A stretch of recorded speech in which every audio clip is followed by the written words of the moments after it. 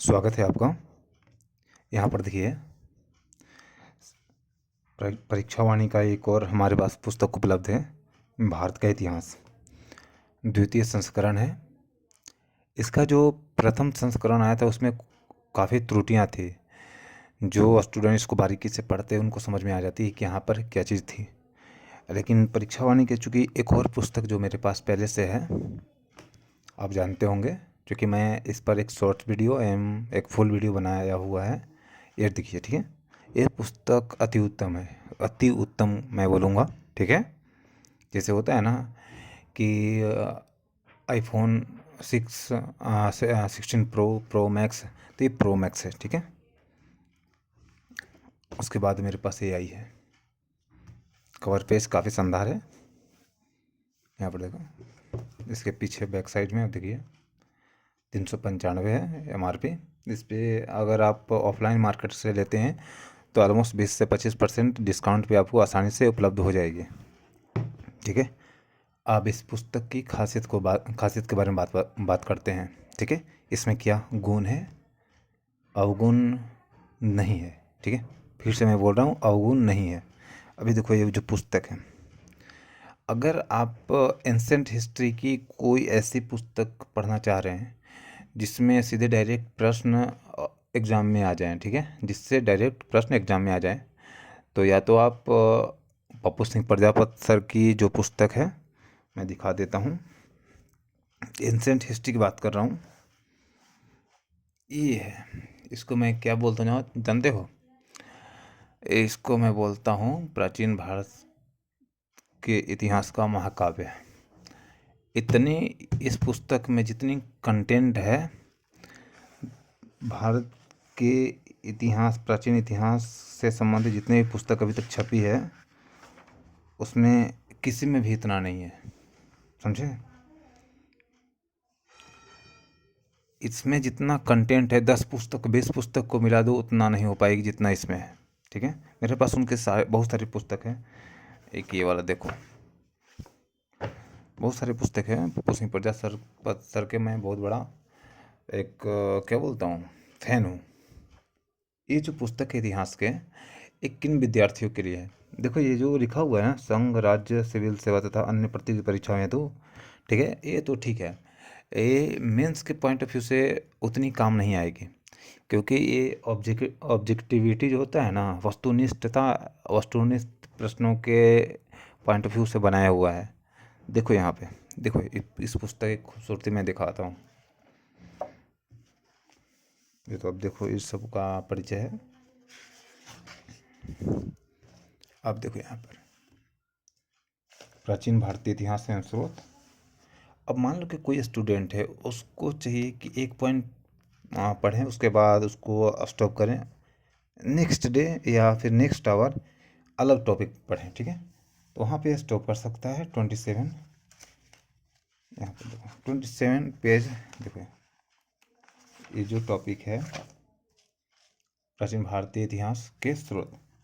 अब यहाँ पे इसको मान लो कि एक व्यक्ति पढ़ता है, आप पढ़ते हो, ठीक है। देखो यहाँ तक तो ये ख़त्म हो जा रही है, ठीक है। आप ये सारा पढ़ लिया है, प्राचीन भारतीय के इतिहास का स्रोत। उसके बाद आपके कन्फ्यूज़न दूर करने के लिए अब यहाँ पे MCQ है उसी से संबंधित, ठीक है। तो आप जो पढ़े हो उसका सारा निचोड़ यहाँ पे निकलेगा, यानी आप पढ़े हो तो सीधे डायरेक्ट आप मारो टिक और आगे बढ़ो, यानी आप पढ़े हो, सही मार रहे हो, ठीक है। अब देखो यहाँ तक कुल 66 MCQ यहाँ पे दिए हुए हैं।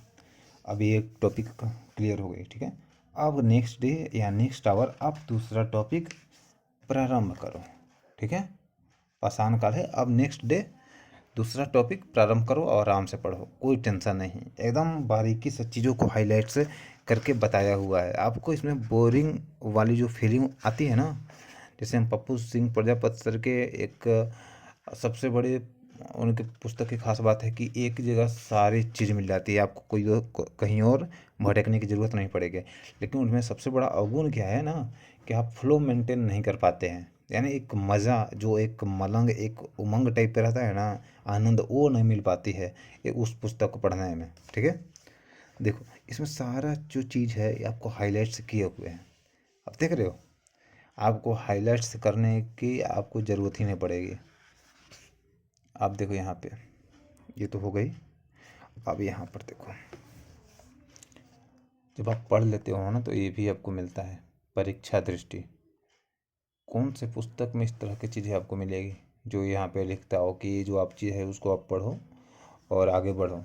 ठीक है, ये पुस्तक उन विद्यार्थियों जिसे UGC net, GRF, UPSC, BPSC, MPPSC, जो जितने भी पीएससी एग्ज़ाम है उसको तो कवर करता ही करता है। मतलब वो प्रीमियम लेवल के एग्ज़ाम हो गए, मैं मानता हूँ। और जो बाकी सब जो एग्ज़ाम है छोटे मोटे, उनको भी आसानी से कवर कर लेता है। ठीक है, इसमें आपको थियोरेटिकल टाइप के बहुत कम मिलेंगे। देखो हर दूसरे टाइम में इसमें फैक्ट्स भरे पड़े हैं, तो आराम से इस पुस्तक अगर लेना है तो आप जा सकते हो।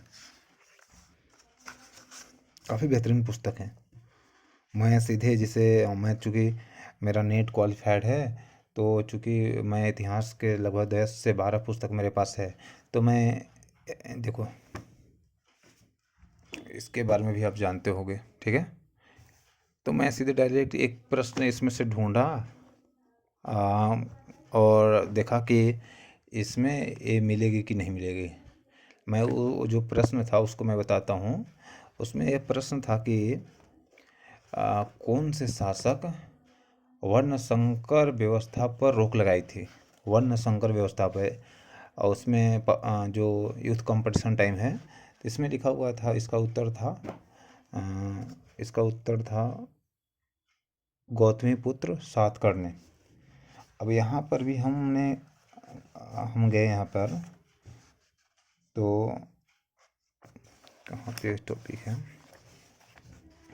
यहाँ पर भी ये सारा ये जो प्रश्न का उत्तर है वो आसानी से मिल गई, यानी कि ढूंढने में भी दिक्कत नहीं हुई और आसानी से ये पुस्तक मिल गई।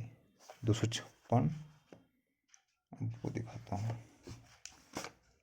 यूजीसी नेट के आप देख लेना, एक प्रश्न है और उसमें कौन सी ईयर है ये तो नहीं देखा था उस समय, लेकिन काफ़ी सुंदर पुस्तक है।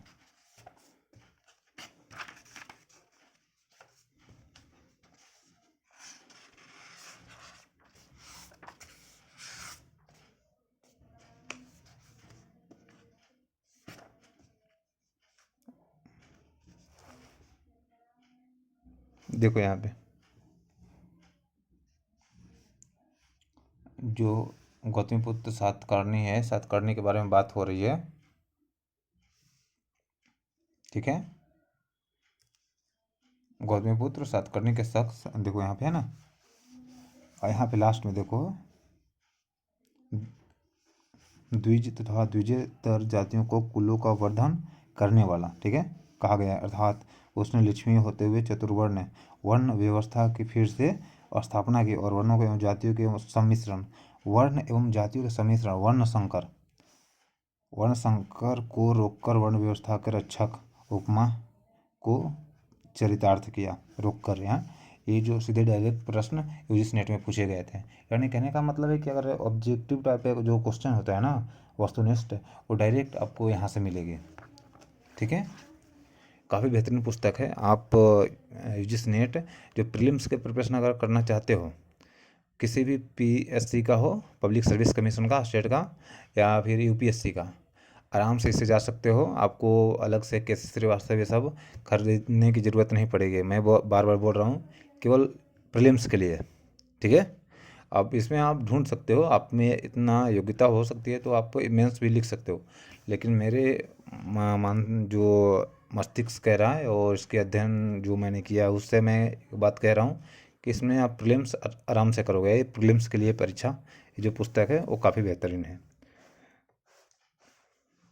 तो आप ये जो किताब है उससे जा सकते हो, काफ़ी बेहतरीन। देखो पहले मैं ये पुस्तक मंगा चुका हूँ और एक एक चीज़ को मैं 10-10 बार, इस किताब को टोटल मैं लगभग 12 या 13 बार मैं पढ़ चुका हूँ, समझे।